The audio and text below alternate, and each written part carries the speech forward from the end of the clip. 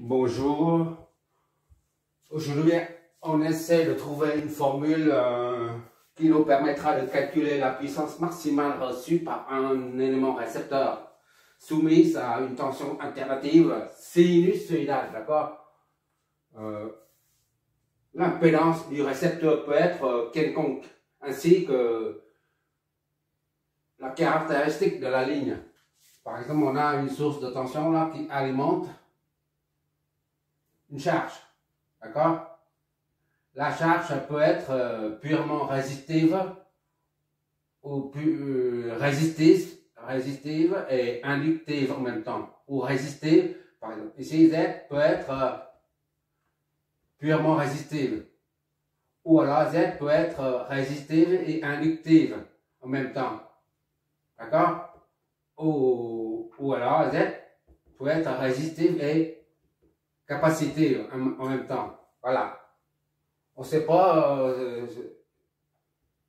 la valeur de la caractéristique de Z. De même que ici, là, pour Z de ligne, c'est la même chose. Idem, on ne connaît pas. D'accord? Ça peut être 2 plus 3J ou 2 moins 10J ou bien tout simplement 12. On ne connaît pas la nature de la ligne et la ligne qui relie la source à la charge. De même, on ne connaît pas la nature de la charge. C'est la raison pour laquelle on va mettre une croix Saint-André, d'accord? Je vais redessiner ça au prof. On va essayer de démontrer la formule, trouver la formule. Puisqu'on va raisonner en termes de nombres complexes, j'ai mis l'impédance Z avec un chapeau. De même, ici, c'est l'impédance qui relie la charge à la source. ZS, pour dire, ça peut être, au lieu de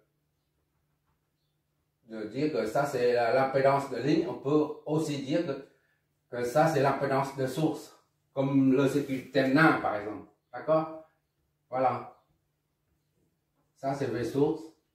Et ça, c'est Z source. Voilà. Et tu raccordes la charge par la suite. Voilà. D'accord? C'est pour ça que j'ai mis ça au lieu de mettre Z ligne. C'est trop long. D'accord? J'ai mis S. Tout simplement.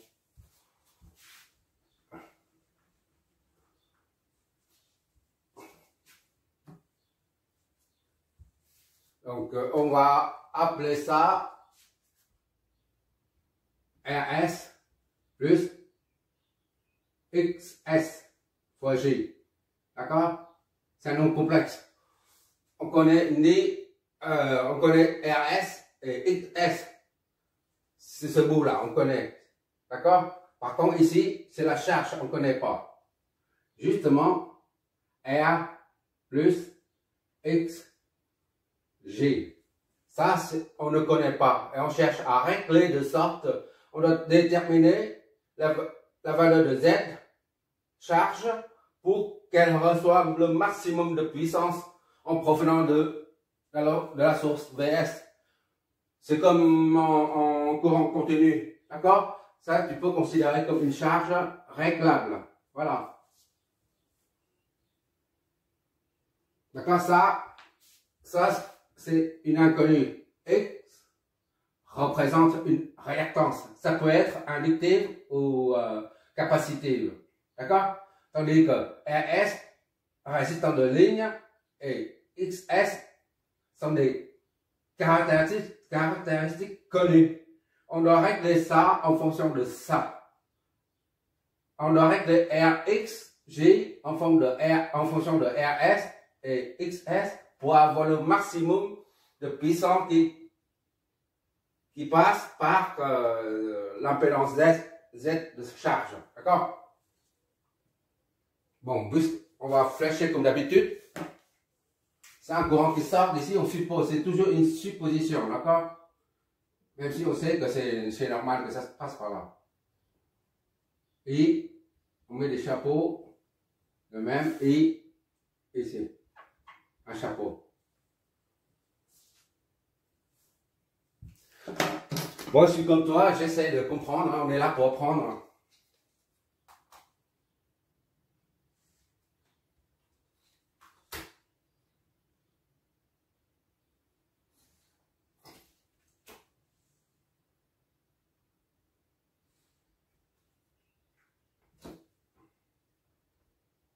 Ça, c'est un récepteur. Les deux flèches s'opposent. Le courant, la flèche du courant et la flèche de tension s'opposent. Idem, c'est un récepteur, s'oppose. Tandis que ça, c'est un générateur. Voilà. Ça, c'est VS. D'accord? On met là. Attends. OK. Ici, on va mettre V12. D'accord? Et là, c'est VZ. On met V. Parce que ça, c'est RX, il n'y a pas d'indice, on met V. Sans indice. Pour qu'il y ait une correspondance. Et maintenant, il suffit de faire intervenir la loi d'Ohm, la loi des mailles. D'accord? On part de ce sens-là, on part de 0 et on revient à 0. C'est ça le principe de la loi des mailles. Tu pars d'un point, tu parcours où tu vas où tu veux, tu reviens au point d'origine. Ça forme une résultante vectorielle nulle. Ça s'appelle une maille, en fait, la loi des mailles. Donc, on parle de VS. On va dans le sens opposé de V12, on met un signe moins V12, d'accord? Dans le signe opposé, on part d'ici, là, on fait une maille comme ça, là. J'ai eu beaucoup, on met comme ça, là, plus, mais je ne sais pas à quoi ça sert. J'ai mis, voilà, dans ce sens-là. Et moins V est égal à 0. D'accord? Donc, V, maintenant, V12, ça fait V12, V12 plus V est égal à VS. D'accord? Il suffit de injecter tout ça dedans, appliquer la loi d'Ohm à chaque élément du circuit. V12 c'est ZS fois I. Fois I. D'accord? Plus V c'est Z fois I. C'est le même courant parce qu'il y a une seule branche. Tout ça est égal à VS. Attends. Bon, c'est trop proche, je vois pas. OK. Donc, ça nous donne I est égal à VS divisé par ZS plus Z. C'est ça, hein? Ça va être bêtise. OK.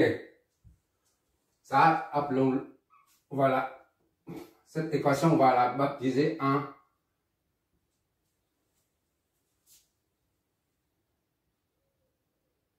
Sachant que ZS est égal à ça plus ça et Z est égal à ça plus ça. Maintenant, il suffit d'injecter ces deux paramètres là-dedans.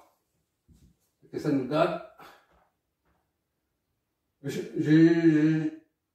dis tout à l'heure, je suis comme toi, j'essaie de trouver une formule permettant de calculer la puissance maximale.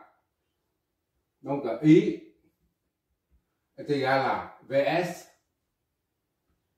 sur ZS c'est RS plus XS. On essaie. Voilà, plus Z c'est R plus XG. D'accord? On assemble les J et les réels, les imaginaires et les réels. Ça nous donne I est égal à VS. Ok là, sur RS plus R. Ça plus XS plus X. fois J. J'espère que c'est comme ça. Ok.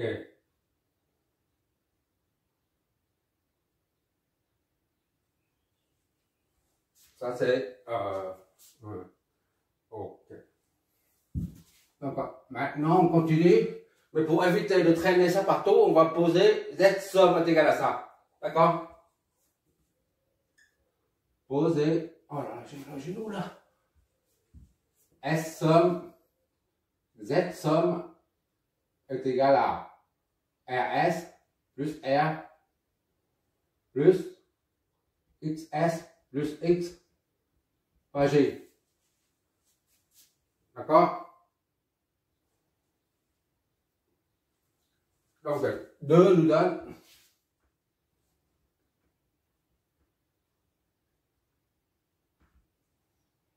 le 2 là nous donne I et donc est égal à VS sur Z somme. Ok, d'accord. Et tu sais que lorsque ça est égal à ça signifie que son module, ça c'est la même chose. On peut, ça implique I, le module est égal à VS module sur Z module. Pourquoi? Pourquoi on peut affirmer ça? Par exemple, ça c'est 2 10 degrés par exemple est égal à 20 sur 10 phi machin plus phi bidule. Peu importe. Phi. D'accord? Phi 1 sur phi 2. D'accord? Ça c'est 10. C'est 10. Ça, phi là est égal à phi 1 moins phi 2. D'accord?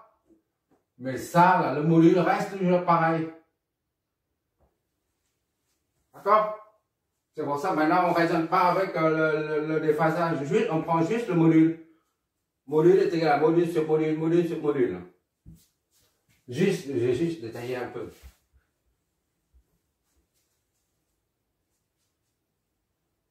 Qu'est-ce qu'on doit faire maintenant? 1, 2, 3, 4. On va poser les 3 et 4 pour pouvoir repérer après. Donc Z module, comme, attends, Z module, 3, ça nous donne Z module là est égal à RS, d'accord? Plus R au carré, plus XS plus X au carré. Tout ça sous la racine de 2. C'est d'accord, hein? Z est égal à A plus JB. Le module est égal à A au carré plus B au carré. Racine. Voilà. C'est juste un rappel.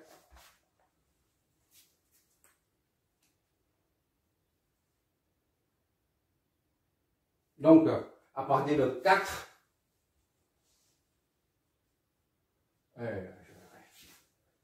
le 4 nous donne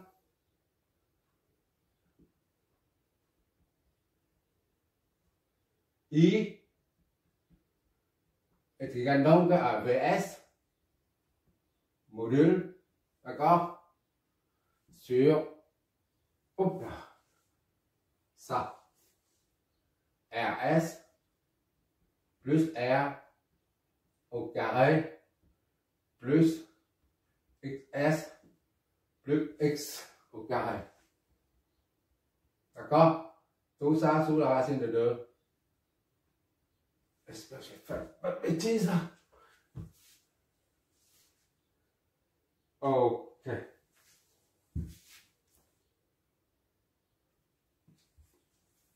Oui, j'ai oublié ça.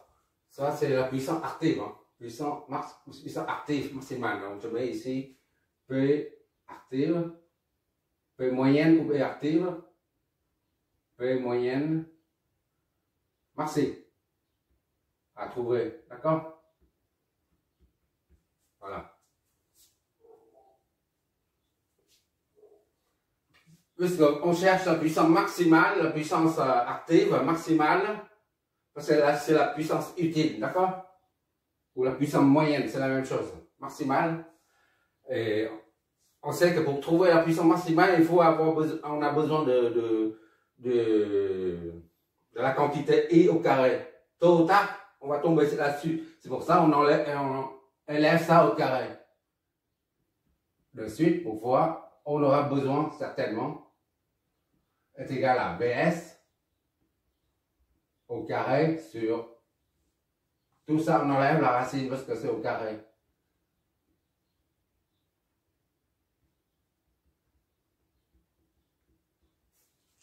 D'accord? 5, 2, 3, 4, 1, 2, 3, 4, 5. Ok. Puisqu'il s'agit des nombres complexes, on va se servir de la puissance complexe. S, puissance complexe, S20 aux bornes. On va appliquer la puissance complexe aux bornes de l'élément qu'on cherche à trouver la puissance maximale. Donc S, on va appliquer S. La puissance complexe, c'est ça. S20 est égal à la demi de ça fois I conjugué. S20 est égal à demi de V fois I conjugué. D'accord? Ok. Mais ça est aussi égal à cosinus phi. Je reprends ici. C'est trop. Ici. S20 est égal à. On a 4 formes pour la formule puissance complexe, tu t'en rappelles? I conjugué sur 2 est égal à ça là, fois phi, d'accord?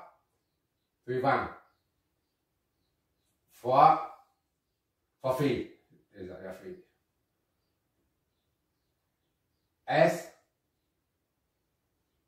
cosinus phi plus G sinus phi. Donc, je te rappelle, il suffit de revoir les exos précédents.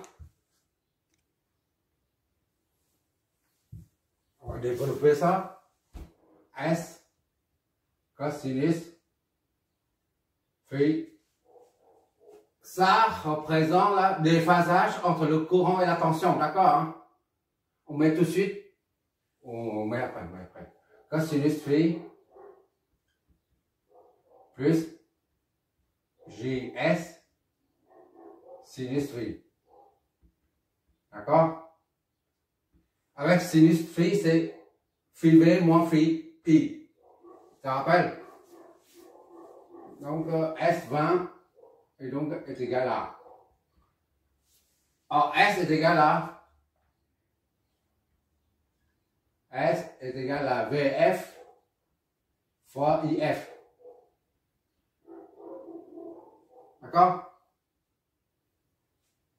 Et V efficace est égal à le module maxi là, divisé par racine de 2. Et I efficace, c'est le module divisé par racine de 2.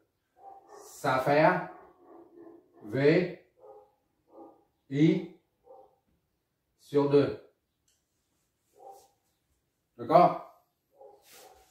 D'où S, je ne sais pas si tu vois encore.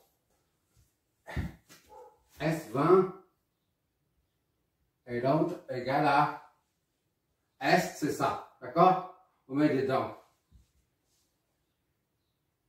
V fois I sur 2 cosinus de phi, d'accord, plus ça. V, I, sur 2, d'accord? Sinus phi et J.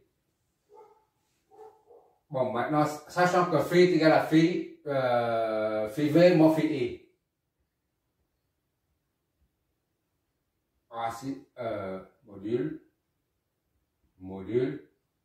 divisé par 2, cosinus de phi V moins phi I. On a fait plusieurs fois ça. V, I, sur 2, sinus de phi V moins phi I, G. On fera toujours, j'espère. Ok, on voit toujours. Nous, on cherche la puissance moyenne ou la puissance active, c'est la même chose. Maximale qui sera livrée, qui sera fournie à la charge Z, d'accord? Ça représente la puissance max active, là, P, là. Et ça, c'est J, là. Ça, c'est Q, là. D'accord? Alors, cosinus de phi V, cosinus de phi V moins phi I est compris entre moins 1 et 1. D'accord? Le maxi, c'est 1. Le milli, c'est moins 1. Ok, tu vois quelque chose. Milli, c'est moins 1 et maxi, c'est 1. D'accord? Alors, cosinus phi moins phi I est égal à 1 si, seulement si cos, l'intérieur de tout ça là, est égal à 0. Cosinus phi V moins phi I est égal à 1.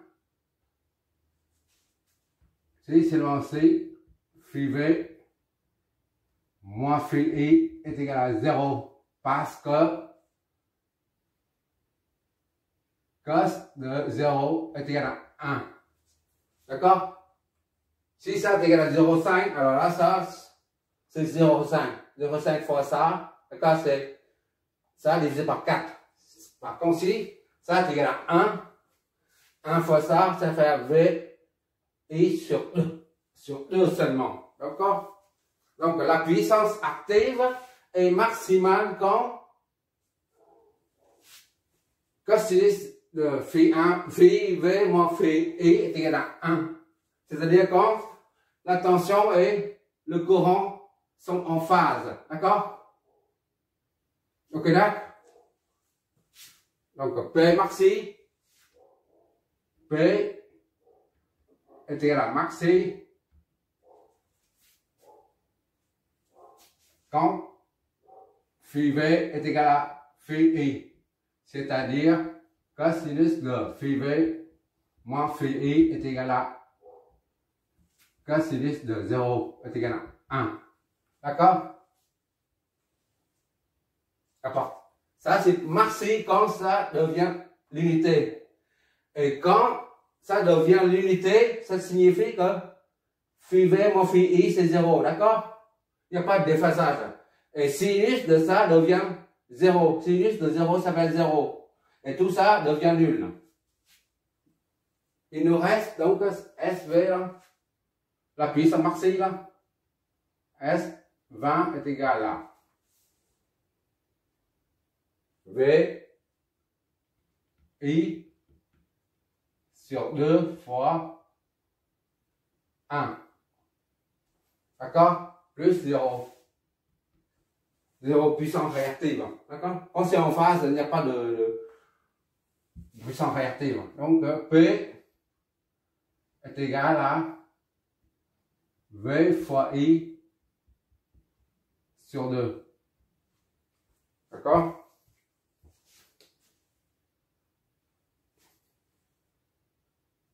Pour la charge, ça c'est P max. Hein.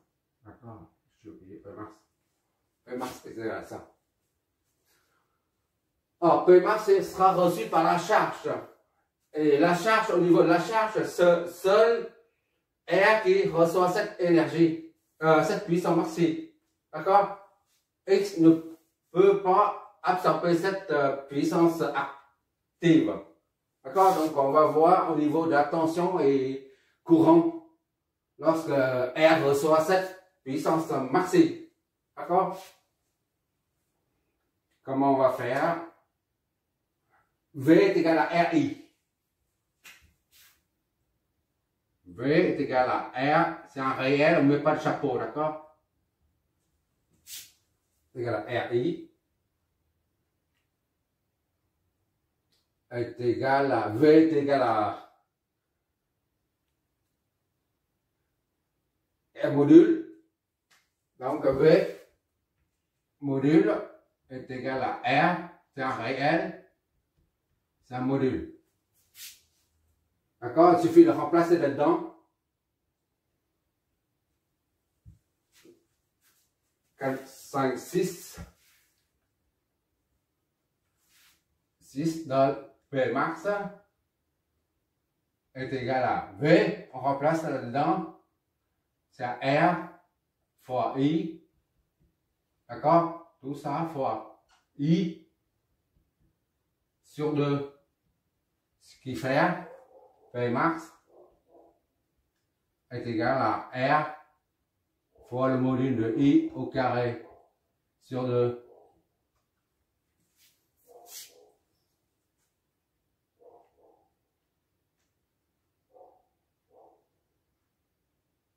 Un demi R au 1. Maintenant, on revient à l'équation carré. Là. On injecte ça dedans. D'accord? P max. C'est ici, là, on a trouvé le P max tout à l'heure. Tiens, le 5. Le 5 nous donne P max. On injecte I au carré dedans. R sur 2.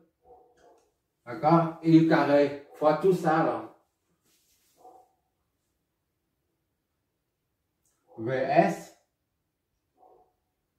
au carré sur RS plus R au carré plus XS plus X, d'accord, au carré. Je fais pas de bêtises. RS plus R au carré. XS plus X au carré. Ok. Ça, c'est septième équation. Là, c'est une fonction. Septième. On va entourer. Là, c'est une fonction en fonction.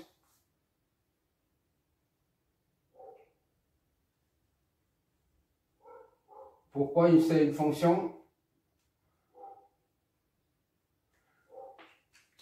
La puissance maxi est exprimée en fonction de R et de X. Ce sont des inconnus. D'accord? R et X. On a dit ça, c'est les caractéristiques de ligne qui relient la charge à la source.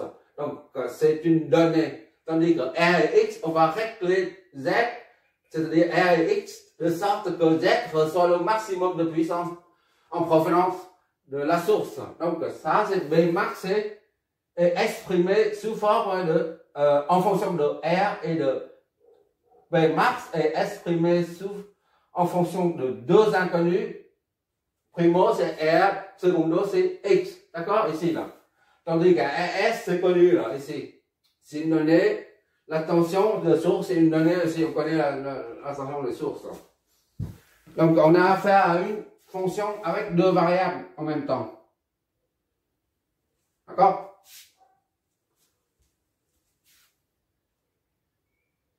Deux variables en même temps. Et comme pour en courant continu, il faut, tu te rappelles lors de la démonstration de la formule permettant de calculer la puissance maximale. D'accord? Ici, la charge c'est R plus X. D'accord? Ça, c'est une fonction. En fonction de P, R et X en même temps. Les deux. D'accord? Pmax est exprimé en fonction de R et de X, deux variables. Et pour le courant continu, il suffit d'annuler la fonction de puissance ici pour trouver l'extrémum local. Ici, c'est pareil, c'est idem, pareil au même. Pour trouver la puissance maximale, il suffit d'annuler la dérivée de cette fonction pour trouver la valeur maximale locale. J'ai bien dit local, hein, l'extrémum local. Et comme il s'agit d'une fonction de à deux variables, eh ben, il faut faire deux fois les dérivés. Il s'agit des dérivés partiels. Premièrement, on dérive ça, on fait une dérivée de la fonction Pmax, Pmax en fonction de R et X. Voilà. Faire une dérivée de ça par rapport à une des deux variables. Par exemple, dérivée de ça par rapport à X et la R. Après, on fait une deuxième fois dérivée de la puissance Pmax par rapport à X. Parce qu'il y a deux variables. D'accord? Pour trouver la puissance maximale, il faut que les deux dérivés s'annulent en même temps. C'est tout. D'accord? C'est pas compliqué. Si tu n'es pas habitué à ça, il faut que tu revoies les maths en électricité, comme dans tous les domaines, c'est toujours les maths. Hein. Un problème d'analyse en génie civil, pareil. Hein. En génie civil, tu as un pont, tu as un immeuble de 10 étages, quel que soit le nombre d'étages. Pour analyser une structure comme ça, tu écris une centaine de lignes. Ce n'est pas des codes, mais des lignes de calcul mathématiques. Mais seulement la première, au maximum les trois premières. Au maximum. Il ne peut pas dépasser ces trois lignes. Les trois premières lignes représentent la RDM. Résistant des matériaux, des principes, des moments, des forces, tout ça. Tout ce que tu veux. Mais à partir de la quatrième ligne, ça y est, jusqu'au 50e, c'est que les maths. Il n'y a rien d'autre à part les maths. Dans tous les domaines, c'est pareil, je pense. Personnellement, je pense. Bon, pour annuler, il faut trouver la dérivée de ça. Les deux dérivés. Dérivée partielle de ça par rapport à R et dérivée partielle de ça par rapport à X. Et après, on les annule toutes les deux. D'accord? Bon, quand on annule la première dérivée, on trouve la valeur de R. On annule la deuxième, on trouve la valeur de X. D'accord? Bon, maintenant, il s'agit de trouver, faire la dérivée. Pour la première dérivée, on va prendre la dérivée par rapport à R. D'accord? P, R, X. Parce qu'il y a deux variables, d'accord? Tu fixes X à une constante. Tu considères X comme une constante pour pouvoir dériver. Sinon, il y a deux dérivés, tu ne veux pas dériver en même temps les deux variables. C'est la raison pour laquelle tu fixes X, c'est la constante. Voilà. Et tu dérives par rapport à ça. À la première variable, c'est R. Dériver ça est nul. La deuxième dérivée, c'est P. R, tu fixes comme une constante. Tu considères comme une constante. Et tu dérives la fonction par rapport à X. Ça, c'est juste une méthode. Hein, ça a l'air compliqué, mais c'est pas aussi compliqué que ça. Si tu t'habitues, il n'y a pas de secret. Hein. Comme il y en a qui disent régime transitoire, il y a des secrets du régime transitoire, tout ça. Mais tu diras, il n'y a pas de secret. Quand tu utilises la méthode laplacienne avec des calculs via les intégrales laplaciennes, il n'y a plus de mystère. D'accord? Ici, c'est pareil. Si tu n'as jamais fait ça, ben, tu considères que X est une constante et R est une variable et tu fais la dérivée de ça. Et après, pour la deuxième dérivée, tu considères que R est une constante. Et tu dérives la fonction par rapport à X, c'est tout. D'accord? Ça s'appelle dérivée partielle. Là, c'est par rapport à R. Si tu veux, tu mets comme ça. Là, c'est par rapport à X. Voilà. Pour que ça soit clair. Dérivée de ça par rapport à R. Et dérivé de ça par rapport à X. D'accord? Il faut que les deux dérivés s'annulent et à partir de là, on en déduit R et X. D'accord? Bon, ça, disons, c'est A.